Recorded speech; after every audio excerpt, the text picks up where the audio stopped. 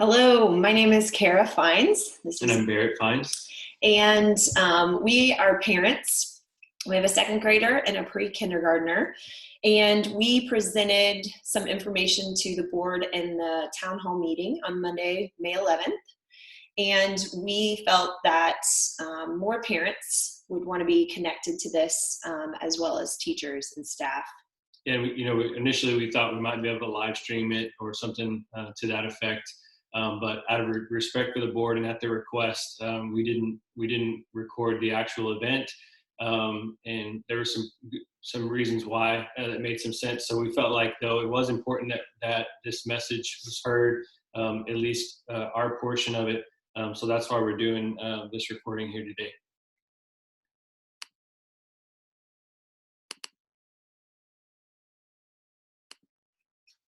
Okay. So to start it off, we really have two objectives. And the first objective is to articulate what parents value.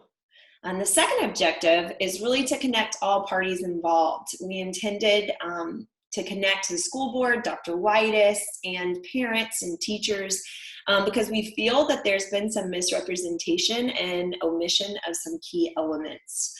The overall goal moving forward is transparency and alignment moving forward. That's our goal.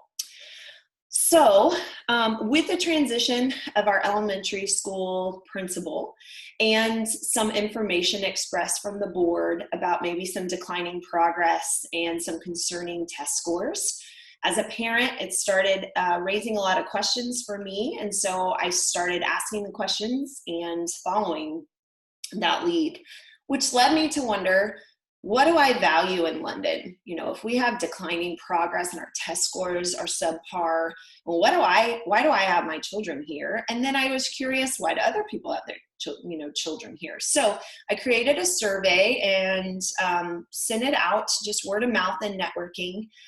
If you were not able to take part of it, we apologize. We did the best we could to circulate it. We were able to get 193 responses. You can see here, 65% of those responses were in district and 35% were transfer. So some of the questions we wanted to look at was, again, what do parents value? So here you can see, we asked parents to rate in order of importance, 6 categories we felt represented what parents may value in a school. 1 being least important, and 1 being important to you, and 6 being least important on the survey. So here we have school staff that were rated. You can see here in the graph that school staff was most important, most valued by parents. We also looked at academic performance, and that was rated second in importance, community culture coming in 3rd, curriculum coming in 4th, and then the last would be class size coming in, and then state testing, which for some reason, state testing, state rating is cut off there on our graph. But that was least important from parents. So then we wanted to take it a step further, though, and say, okay, well, this is what parents value, but how are we doing on those? What would the parents feel about our school staff? How are they viewing that? So we then asked the parents to dive a little deeper and tell us on each individual category how they felt we were doing. And so you can see here that we had 1 was unacceptable all the way to 5, which was exceptional. So you can see school staff, culture, community, right there above average. We have our academic performance, which was above acceptable, almost to above average. State ratings, parents felt was acceptable. Curriculum here, you can see, was above acceptable. And then the only thing that parents rated lower than average was class size. So one thing I want us to consider is the percentage of transfer students. So I started asking, here's what parents value. Then I was curious, man, the board told us that our state scores were unacceptable and low. And so I thought, well, man, why are we so desirable? Why are so many transfer students knocking at our door to come in? And what schools are they coming from? Because naturally I thought, man, if they're coming into London, then surely they're coming from schools that are ranked lower by the state. So we also asked those transfer students to tell us what school would be their home school. You can see here the majority of students that were filled out the survey came from schools like Morelos, Colda, Bishop, all A-rated schools. Webb, Jones, and Barnes, also B-rated schools. So for those that aren't aware, overall the elementary at London was rated a B this last year. So I know personally for our family, we lived in Morelos's area, so our children would have attended Morelos, which was A-rated, and we left Morelos to come to London. That's a lower rating, and we ask why. I think the previous slides will show you that what we value is not the state ratings, and we value what we saw before. So one thing I want to delve in a little deeper is community and culture here, because we know at London we have such a unique and amazing culture. One thing I wanted to point out is that personally for us, that was the number one reason that we sacrificed, sold our house to move from Morelos to out here in London, and that was because of the culture. I had never been on a campus before where fifth graders knew pre-kindergartners' names, where children were taught how to be good humans and not how to be good test takers, where teachers had space to teach concepts and maybe spend longer times to make sure that they actually understood it. And that is what brought us out here to London.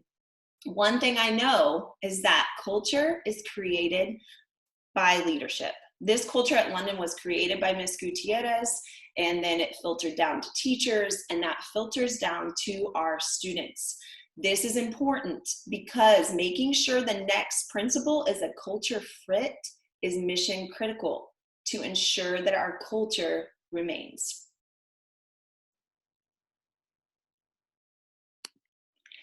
So school staff was rated number 1 by our parents, highest value. We love our teachers. And so I started asking, why do teachers choose to work here? So one fact, I don't know if you're aware, is that beginning salaries at London for our teachers is about $12,000 less than some of the larger districts such as CCISD and the Bluff. And so that really got me thinking, well, man, why are teachers here making less money? I'm not a teacher, so I cannot speak for them, but I would be willing to bet it's because they actually get to teach children, because they actually get to take time to support character, integrity, and honesty, that they get to go far beyond test taking and actually educate and teach our children. But one question I want to ask is, if we start focusing on state ratings, if we start focusing on test scores and teaching to the test and drive our teachers to have to data collect strictly, to have a strict curriculum and to teach the test, do you think they're going to hang around and stay at London making less money? So I'm going to move on to objective 2 here and talk a little bit about a concept that I just kept thinking over and over about, and that was based on, well, how is our staff and our administration, how are we measuring success, and are we measuring it on capability or capacity? And so you see here, there is a quote. This was from the April board meeting. Scott Fraser read this off. For several years, our elementary school has made disappointing progress towards reaching and achieving the success we expect of our campuses. And when I heard that, I thought, oh my goodness, for years we've been on the decline and disappointing. And so I started thinking, man, first, let me back up. First, I wanted to say, well, I wonder how London's doing in comparison to a school that looks similar, maybe has the same number of kids. So you're going to look at the chart at the bottom here. So London at last year had about the elementary school. And remember, at that time, it was pre-K all the way to 5th grade. It was the largest campus on London in the district. I had about 450 students. Overall rating was a B. Our campus support staff, principal. All right, so I delved in a little bit. The closest I could find in CCISD was Club Estates with 428 students, same rating from the state of a B. But let's take a look here at the support staff. They had a principal, an assistant principal, a reading interventionist, an ITA, which is a coach for teachers, a resource teacher, a librarian. Same results, very different resources. So then that made me think, man, if I wanted to make improvements, if the board's telling us that elementary school's been declining for the last couple of years, and I want to make improvements, I started asking myself, well, what areas would I look at and how would I make progress? And so I thought, man, you know what? I would really pour into our teachers. They're the ones on the front lines and with our children. And so I went back to the budget last year, a budget of about $2 million, and $1,700 was spent on teacher training and in-service. So my question is, what are we investing in our teachers? So then I went and looked, and I would think, man, you know what? If I wanted to have progress, I would want to make sure that the class sizes were manageable, that the student-teacher ratio was acceptable and lower. But what we see here is that this current school year, 2019-2020, first, third, and fourth grade were all over state capacity. So the state mandates that classroom size have to be capped at 22 students. However, this year, Dr. White has signed a waiver to make first, third, and fourth grade over capacity. Now, I am not saying that that job is easy. I don't want to be the one to turn away students, and I'm not saying that I don't want students here. So I want you to be clear. But if I, as a district, am worried about the improvement or decline, as mentioned here, of a school, would I sign a waiver to make them over state capacity? So the big question, the past is the past, but I bring this up because it is really important, because this statement not only reflects our previous administration, but it also reflects on our teachers. And so what I want to make sure is that when we look for the future principal and when we're looking at our current teachers, are we measuring progress based on capability and resources? Or are we possibly punishing some with unrealistic expectations given our current capacity, given our current resources? So Cliff Notes, I just covered a bunch of information. The 3 takeaways that I want you to remember is, number 1, parents value staff, community, and culture of London. It is critical that we find a culture fit in our next principal. Looking forward, we should make sure we're focusing on appropriate measures of success relative to the resources that we have. So now Barrett's going to jump in and let's talk a little bit about testing.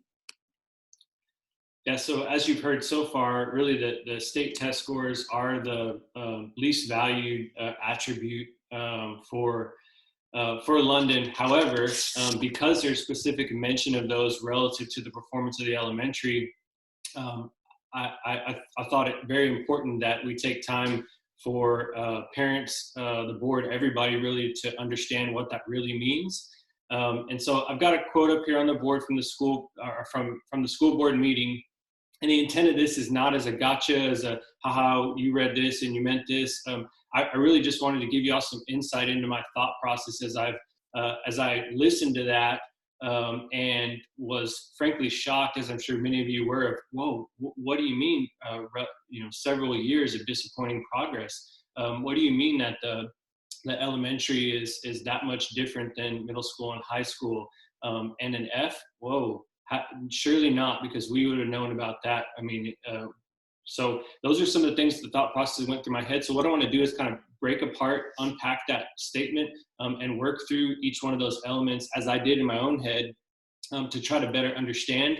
Again, not to finger point, but so that we all understand the problem and can be part of the solution. So really the objective for my portion of this is to increase transparency to the facts of our current state, and connect each one of y'all to the elements of state testing, so that if we all as a group decide, yep, this is the key priority, that we can improve focus on that, or if it's not the key priority, improve focus on what truly is the priority or should be.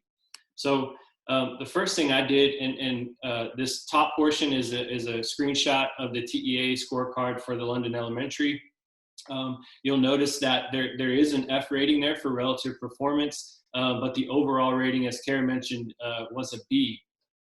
Down below, so the statement around, or the perception that London high school and middle school were shining examples and elementary wasn't, I wanted to look at that. Both of those are rated, middle school and high school rated an A, elementary was a B.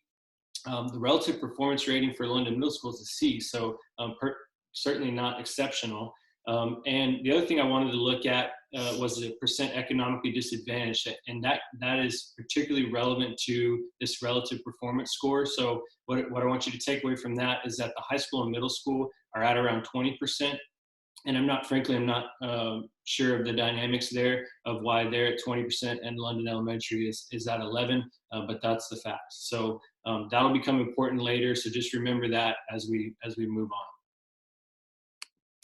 Okay, so the other thing I wanted to think about was, okay, for the statement was for several years, we've kind of had this problem, had disappointing progress. And so I thought, whoa, man, how did we not know about this if that was the case? So I went back and looked at, I didn't go all the way back, but this is representative of what it looks like. So for 18 and 19, this is the percent of at or approaches grade level for students for the STAR test. So there are other measures in there, but I will say they look pretty similar to the trends here. So for 18 on to 19 year over year, reading scores went up, math scores went up, writing scores went down. The overall combined grade 3 overall went up by 2%. So certainly didn't scream years of declining scores. If anything, we improved. Now, is 86% acceptable with the expectations? I don't know, because I don't know what the expectations are, but if there are higher expectations, we should be clear on what that is. The other thing is to point out is the Texas average there on the far right is at 76%. So if we think about disappointing progress, maybe it's disappointing relative to our expectations, but we are 10 percentage points above the Texas average. Okay, so then that brought me to the third element of that statement, which was a relative performance rating. I think this is what got most people kind of really asking questions. So first, want to understand the definition of what that means. Relative performance rating, according to TEA, evaluates the achievement of students relative to districts or campuses with similar socioeconomic statuses. On the surface, that sounds like a good evaluation to do, right? So put me in a group of my peers and tell me how I fall out relative to those peers. It's a pretty standard kind of benchmarking approach, and in my opinion, is a good lens to look at it. What you'll find is that's not really what it's doing, and we're going to talk about why. So this is another direct screenshot of the TEA website. So what they do first is plot out on the bottom axis there, you see percent of economically disadvantaged students. And on the vertical axis is the student achievement score. So they plot all the campuses in Texas out on these scores, and they develop this average line that you see. So in general, campuses with more economically disadvantaged students tend to be have lower levels of student achievement, and in general, those with fewer economically disadvantaged students tend to have higher levels of student achievement. So that's the concept behind it. Go ahead. And this is where it gets a little squirrely. So what they do is they run a regression, they build that average line, but then around that line, what you see here is in green is an A rating, B is a blue rating, and so on. They develop these bands, And what you'll notice is the bands, and this is frankly what caught my eye as a scientist by training, is these bands, the curve is very clean, the distance between bands is very uniform, and it's really not reflective of what you would typically see in a kind of a random data set. Um, so they start with good data. I think they started on the right track, and then they overlay these ratings, and that's where it starts to get a little off the rails. The other important point to note is that for speaking to specific to these scores, this is a static graph. So this was developed in 2016. It's only updated every 5 years. So why that's important is if the state performance measures are really doing what they're doing, meeting their objectives, these scores should be changing over time. They should be moving. The lower economically disadvantaged schools, those should be moving up in grouping. It should be dynamic. But this rating and the way they do it doesn't account for that. And I'll show you an example of that here. Just an important point to note too, the way that they get the economically disadvantaged, how they classify students is whether they qualify for free or reduced lunch. So the basis is that those, and you could even question the basis, which we're not going to get into that, but the basis for the program is that children that qualify for free lunch generally will test lower than their peers. Agree or don't agree with that, but that is the reality. Therefore, schools with high percentages of economically disadvantaged students are scaled upwards in grade. For example, a score of 60 for a school that has, let's say, 85% economically disadvantaged will score an A, relative performance rating. A school with a 5% relative or economically disadvantaged who scores a 60 is an F. So just so you get an idea of the understanding. Again, all these bars, these are all static. So how that plays out is what I've done is put some just theoretical dots on here. If you were to truly take a peer group of say 20% economically disadvantaged around that and plot them out, you could have a scenario where every one of them scores an F or every one of them scores an A. It's not a true, they don't benchmark against each other. The score that you get is where you plot on this graph. It has nothing to do with the schools that are similar to you and how they rank. So it is really not a true comparison of relative campuses for that test period, rather a relative rating to TEA predetermined criteria from 2016. Okay, so I said, all right, I can connect to that. What if we really did a relative performance rating? How would that look? You'll remember that elementary was 11.8% economically disadvantaged. So what I did was take 1% either side of that. So 10.8 to 12.8, you could go broader, more narrow, whatever, but I felt like that was appropriate. And so there are 32 schools that have a economically disadvantaged percentage, elementary schools, to be clear, that have an economically disadvantaged percentage in that range.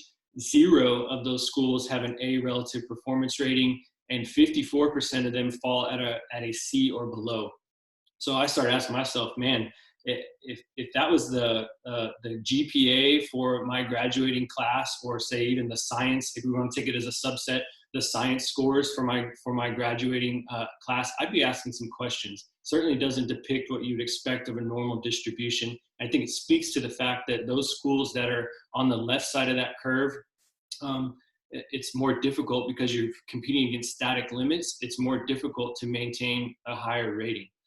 So then I went, okay, well, maybe not. Maybe it just so happens that those 32 schools that they're just not doing a good job, as was depicted with London Elementary. So I said, let's look at the overall scores of those. So same peer group, same 32 schools, 85% of them were rating an A overall, and 15% a B. None of them are rated at a C or below.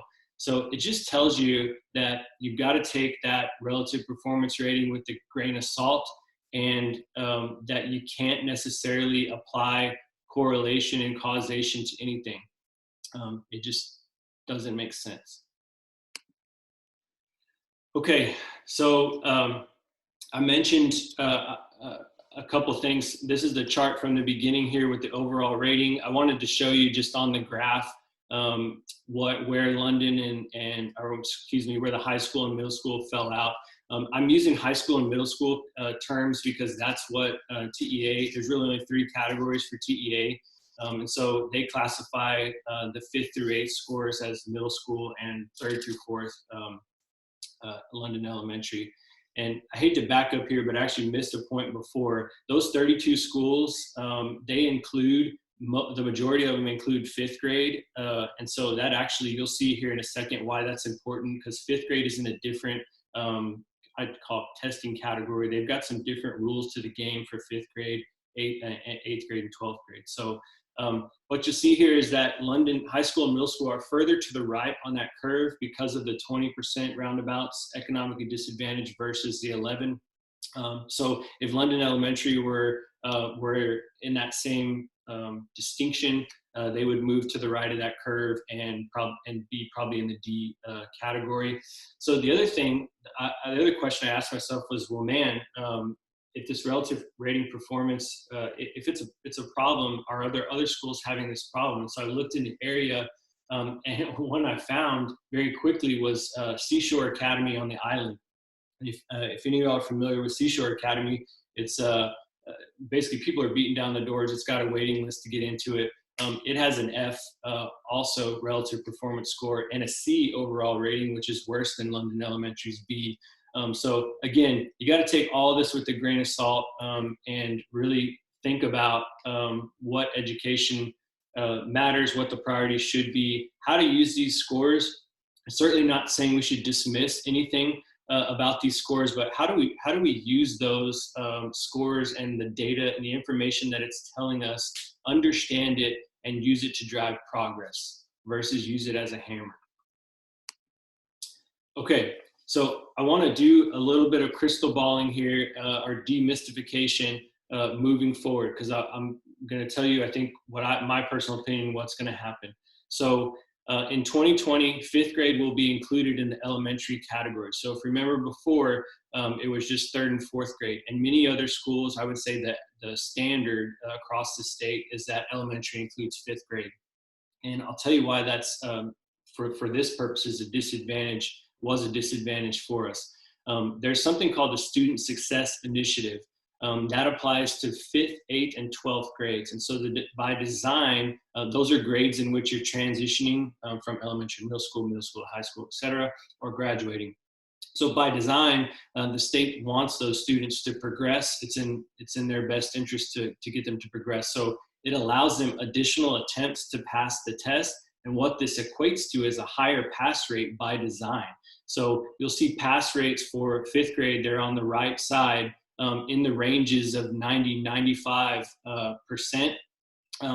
And again, those are students who just moved out of 4th grade into 5th grade. So you got to start asking yourself, okay, is it because 5th grade was just that much better, or because of the dynamics of what's going on with the Student Success Initiative? So for 2020, with that population, that 5th grade population being pulled down and included in that data set, what you're going to see is the relative performance rating will go up.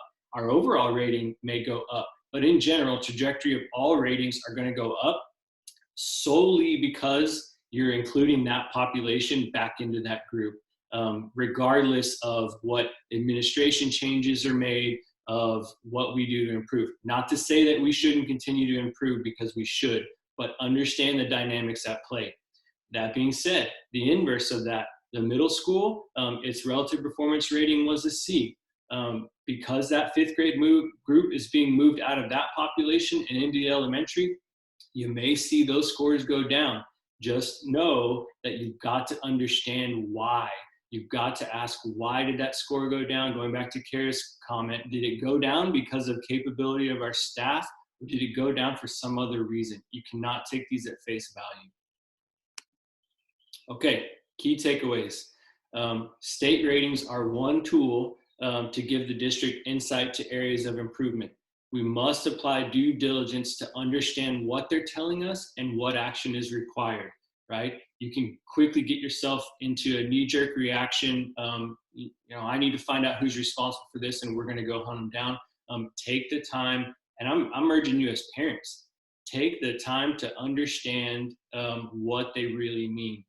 All this information is available online. I didn't have any special access to anything. Okay, so that being said, they shouldn't be looked at in isolation for any kind of decision-making purposes. The other thing, and this is reiterating on what Kara said, the overemphasis of state test scores can lead London ISD in a direction that's not in the best interest of its stakeholders. And I say stakeholders as a general term for parents, students, teachers, staff, the board, the superintendent, right? So we've got to take time as a community of stakeholders to understand what's important to us and what we're going to do about it. Every one of us should understand what the key areas of improvement for the elementary, for all the schools. What things are we working on to get better, and how are we doing that? Second point is transparency and communication are key. So in any time of transition, it's always important, but in a time of transition, a time of change, a time of challenge, transparency and communication are key. They only help. So that comes on all levels. That means that parents need to have open communication with the board, with the staff, with the students. Don't assume that someone else has brought up a problem, or don't assume that someone has provided, surely somebody else has provided the level of praise for the staff, for students. Communicate. We need to be transparent and be able to put the hard facts on the table and have these discussions about what do they truly mean and what do we want to do as a community about them. So one thing I wanted to point out for those that weren't able to attend the school board is we had some great discussions. This town hall meeting, and we're super grateful to Scott Frazier who set that up for us and allowed open communication to occur. And this was a great first step in the right direction. For those of us that were at the town hall meeting, it became apparent that there's a disconnect. There's a lack of transparency, a lack of communication. So moving forward, the board has accepted, and they have some action items that the parents requested that the board assured us they would be working on to move forward. But I do want to reiterate, use this as a wake up call for parents, and realize also moving forward, this was a first step. So as we appreciate the town hall, it showed us more than ever that in the future, we need to be having more of those discussions. And in the future, we really need more alignment and transparency. And so our voices as parents and protectors of this culture need to be heard, and they need to be heard now, especially as interviews are starting for the next principal position. So that was our intent in all this communication. Thank you to all the parents for upholding and being protectors of our culture. We are so grateful to be part of this London family. One thing that was apparent at the board, for those that weren't there, between the board and the parents, there is an equal love and dedication to this district. And so parents, we hope you raise your voices. It's time to continue to protect and get the progress and results that we're after.